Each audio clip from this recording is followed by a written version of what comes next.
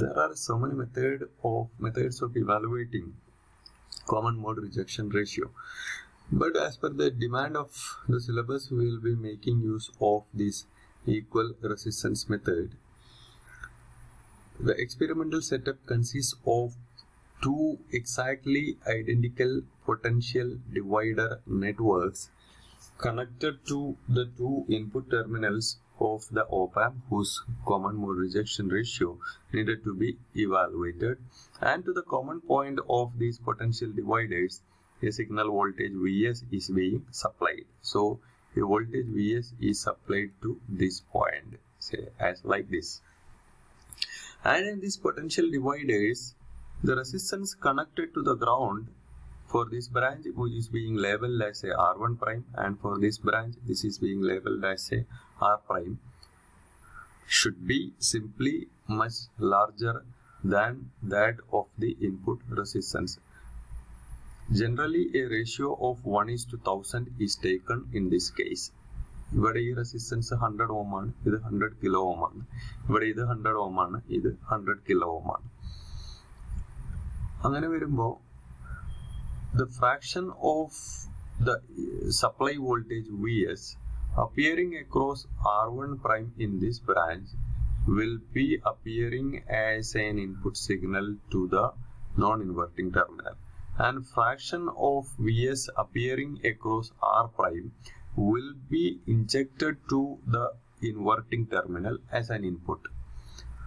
അപ്പോൾ Vs ന്റെ R1 പ്രൈമിന് അക്രോസ് ഉള്ള ഡ്രോപ്പ് ബി എന്ന ഇൻപുട്ടിലേക്കും Vs ന്റെ R പ്രൈമിന് അക്രോസ് ഉള്ള ഡ്രോപ്പ് എ എന്ന ഇൻപുട്ടിലേക്കും ഇൻപുട്ട് വോൾട്ടേജസ് ആയിട്ട് അപ്പിയർ ചെയ്യും. ആ വോൾട്ടേജ് Vs ന്റെ എക്സാക്ട്ലി ഈക്വൽ ആയിട്ടുള്ള രണ്ട് ഫ്രാക്ഷൻസ് ആണ്. കാരണം നമ്മൾ എടുത്തിട്ടുള്ള R1ഉം Rഉം എക്സാക്ട്ലി ഈക്വൽ ആണ്. R1 പ്രൈമും R പ്രൈമും എക്സാക്ട്ലി ഈക്വൽ ആണ്. ഈ എക്സ്പെരിമെന്റൽ മെത്തേഡിന്റെ ഏറ്റവും വലിയ ഇമ്പോർട്ടൻസും അതോടൊപ്പം തന്നെ ഏറ്റവും വലിയ ഡ്രോബാക്കും ഇതാണ്. ഈ റെസിസ്റ്റൻസസിന്റെ റേഷ്യോ അല്ലെങ്കിൽ ഈക്വാലിറ്റി അത്രയും സ്ട്രിക്റ്റ് ആയിട്ട് മാച്ചിങ് ആയിരിക്കണം. അതല്ല എങ്കിൽ ഈ എക്സ്പെരിമെന്റൽ മെത്തേഡ്, ഈ മെഷർമെന്റ് മെത്തേഡ് ഫ്ലോപ്പ് ആയി പോകും. അപ്പൊ അങ്ങനെ വരുമ്പോൾ Vsന്റെ ഇതിനെ ക്രോസ് അനുഭവപ്പെടുന്ന ഈ ഇൻപുട്ടും എക്സാക്ട്ലി ഈക്വൽ ആവും. അങ്ങനെ ഈക്വൽ ആവുന്ന സിഗ്നൽസിനെയാണ് നമ്മൾ കോമൺ മോഡ് സിഗ്നൽസ് എന്ന് പറയുക. അത്തരത്തിൽ common mode signal exactly common mode signal ആവണമെന്നുണ്ടെങ്കിൽ ഈ റെസിസ്റ്റൻസ് റേഷ്യോ സ്ട്രിക്ട്ലി മാച്ചിങ് ആയേ പറ്റൂ. So VA voltage at this point and VB voltage at this point, which will be nothing other than the common mode signal, will be equal to Vs into ഈ വോൾട്ടേജിന്റെ ഈ potential ഡിവൈഡറിൽ R1 പ്രൈമിനെ cross ഉള്ള drop R1 prime by R1 plus R1 prime, and that will be equal to Vs into R prime. അന്നേരം VO എന്നുള്ള output voltage നമ്മൾ ground ആയിട്ട് അസ്യൂം ചെയ്യുന്നു.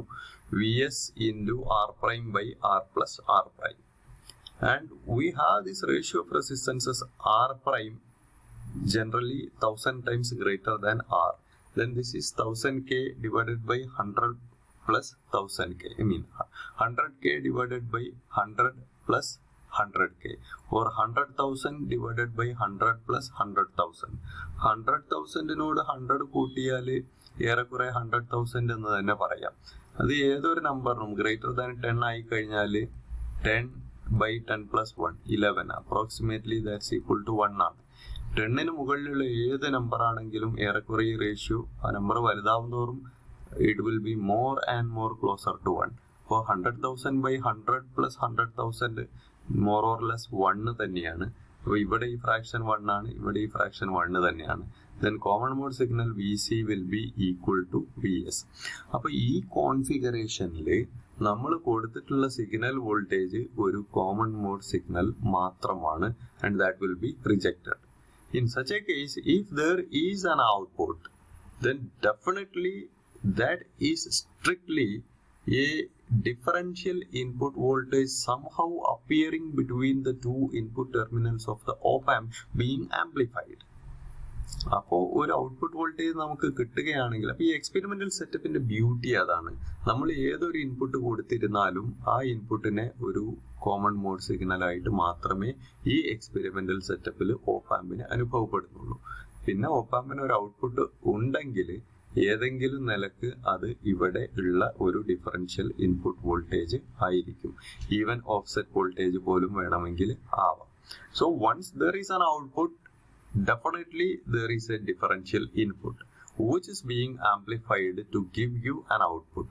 Then the differential gain of the op-amp will be equal to the output voltage that you do measure divided by a differential input voltage Vi that must be present between the two input terminals, which I have labeled here as a Vi with its positive end at input A or inverting terminal as long as this labeling is concerned, and the negative end at the non-inverting terminal.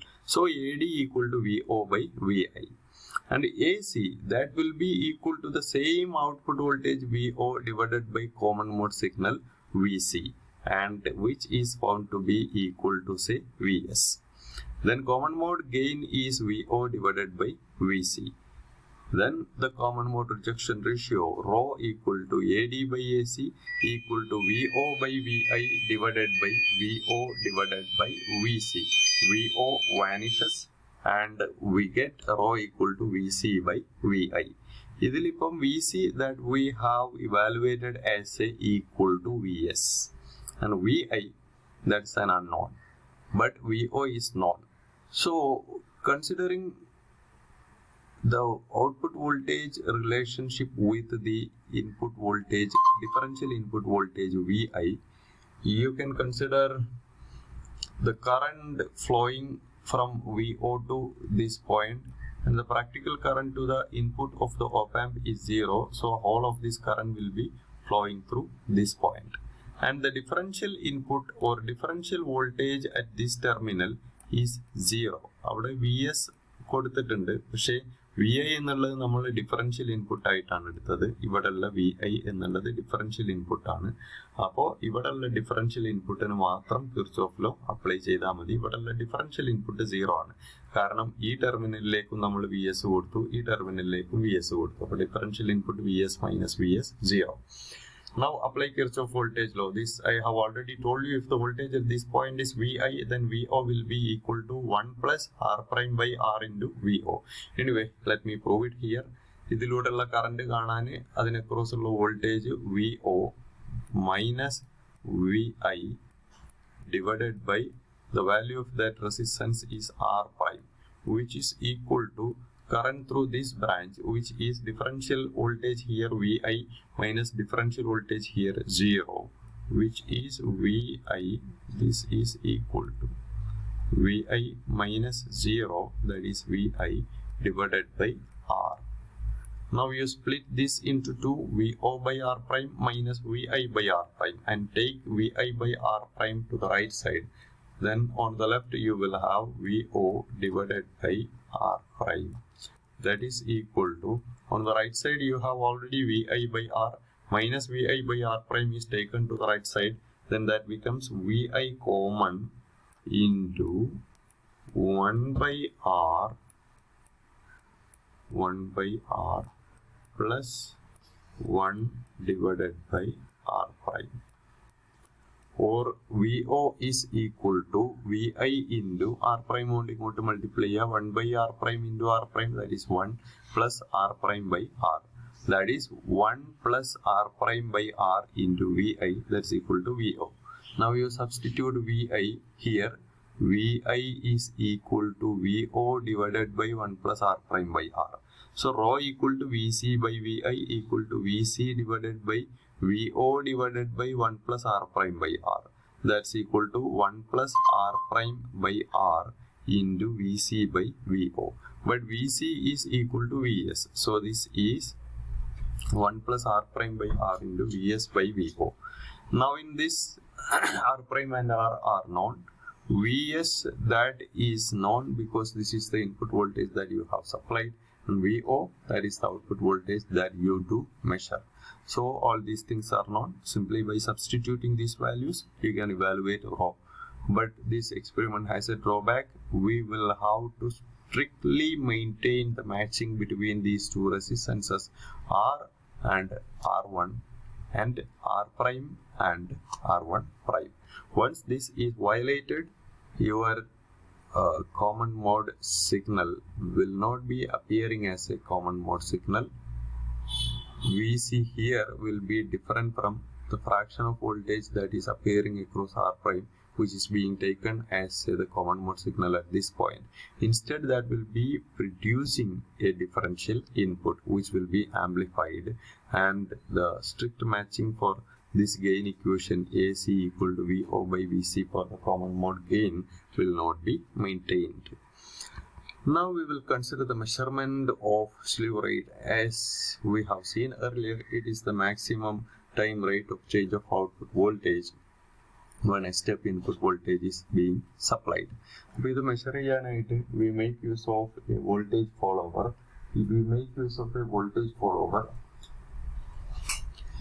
And either in this configuration or in this configuration, in order that this input is being injected to the non-inverting terminal, you can make use of a resistance here. Even if this resistance is not here, that is, if you are supplying this kind of a signal, circuit configuration, then also this will be happening. എന്നിട്ട് നമ്മൾ ചെയ്യേണ്ടത് ഒരു square wave ഇതിന്റെ input ആയിട്ട് കൊടുക്കുക. ഇവിടെ ഒരു square wave കൊടുക്കുക. ആ സ്ക്വയർ വേവിന്റെ ഫ്രീക്വൻസി ചെറുതായിരിക്കുന്ന സമയത്ത് ഔട്ട്പുട്ടും എക്സാക്ട് സ്ക്വയർ വേവ് ആയിട്ട് തന്നെ കിട്ടും. എന്നാൽ സ്ക്വയർ വേവിന്റെ ഫ്രീക്വൻസി കൂടുന്തോറും the opamp IC will not be capable of coping with the largely moving or largely varying or fastly varying output voltage. ഒരു സിഗ്നൽ നമ്മൾ കൊടുക്കുന്നത് 5 വോൾട്ടും 10 കിലോ 1 ഹെഡ്സും ആണെന്ന് വിചാരിക്കും. 1 ഹെഡ്സ് എന്ന് പറഞ്ഞിട്ടുണ്ടെങ്കിൽ 1 സൈക്കിൾ പെർ സെക്കൻഡ്. ഒരു സെക്കൻഡില് ഒരു സൈക്കിൾ 5 വോൾട്ട് കൊടുത്താൽ മതി. അതായത് 5 വോൾട്ട് മൈനസ് 5 വോൾട്ട് ഒരു സെക്കൻഡ് കൊണ്ട് കൊടുക്കണം. അപ്പൊ അര സെക്കൻഡ് കൊണ്ട് +5 വോൾട്ടും അര സെക്കൻഡ് കൊണ്ട് -5 വോൾട്ടും കൊടുത്താൽ മതി. ഇത് ഞാൻ 2 ഹെഡ്സ് ആക്കുമ്പോൾ 2 സൈക്കിൾസ് പെർ സെക്കൻഡ് ആണ്. അപ്പോൾ 1/4 ഓഫ് എ സെക്കൻഡ് കൊണ്ട് 5 വോൾട്ടും 1/4 ഓഫ് എ സെക്കൻഡ് കൊണ്ട് -5ഉം കൊടുക്കണം. ഇത് നമ്മൾ വീണ്ടും ഫ്രീക്വൻസി കൂട്ടിയിട്ടുണ്ടെങ്കിൽ 1/8 ഓഫ് എ സെക്കൻഡ് കൊണ്ട് കൊടുക്കണം. അപ്പോൾ 1 കിലോ ഹെഡ്സ് ഒക്കെ ആക്കിയിട്ടുണ്ടെങ്കിൽ ഒരു കിലോ ഹെഡ്സ് എന്ന് പറഞ്ഞിട്ടുണ്ടെങ്കിൽ 1000 സൈക്കിൾസ് പെർ സെക്കൻഡ് ആണ്. ഒരു സെക്കൻഡിന്റെ 1000-ലൊരു അംശത്തിനുള്ളിൽ 5 വോൾട്ടിന്റെ വേരിയേഷൻ അവൻ ഉണ്ടാക്കേണ്ടി വരും. ഇവിടെ വോൾട്ടേജ് ഫോളോവർ ആയതുകൊണ്ട് ഗെയിൻ 1 ആണ്. അപ്പൊ കൊടുത്ത ഇൻപുട്ട് അതേപടി തന്നെ ഔട്ട്പുട്ടിൽ കിട്ടുകയും ചെയ്യുന്നുണ്ടാവും. പക്ഷെ ഫ്രീക്വൻസി കൂടുന്തോറും കുറച്ചും കൂടെ ഫാസ്റ്റർ ആയിട്ട് ഔട്ട്പുട്ട് വോൾട്ടേജ് ഗ്രോ ചെയ്യേണ്ട ഒരു സ്ഥിതിവിശേഷം സംജാതമാകും. അങ്ങനെ വരുമ്പോൾ നേരെ കുത്തനെ കൂടിക്കൊണ്ടിരുന്ന വോൾട്ടേജ് പതിയെ പതിയെ ചെറിയൊരു സ്ലാൻഡിങ് വരാനായിട്ട് സ്റ്റാർട്ട് ചെയ്യാൻ തുടങ്ങും.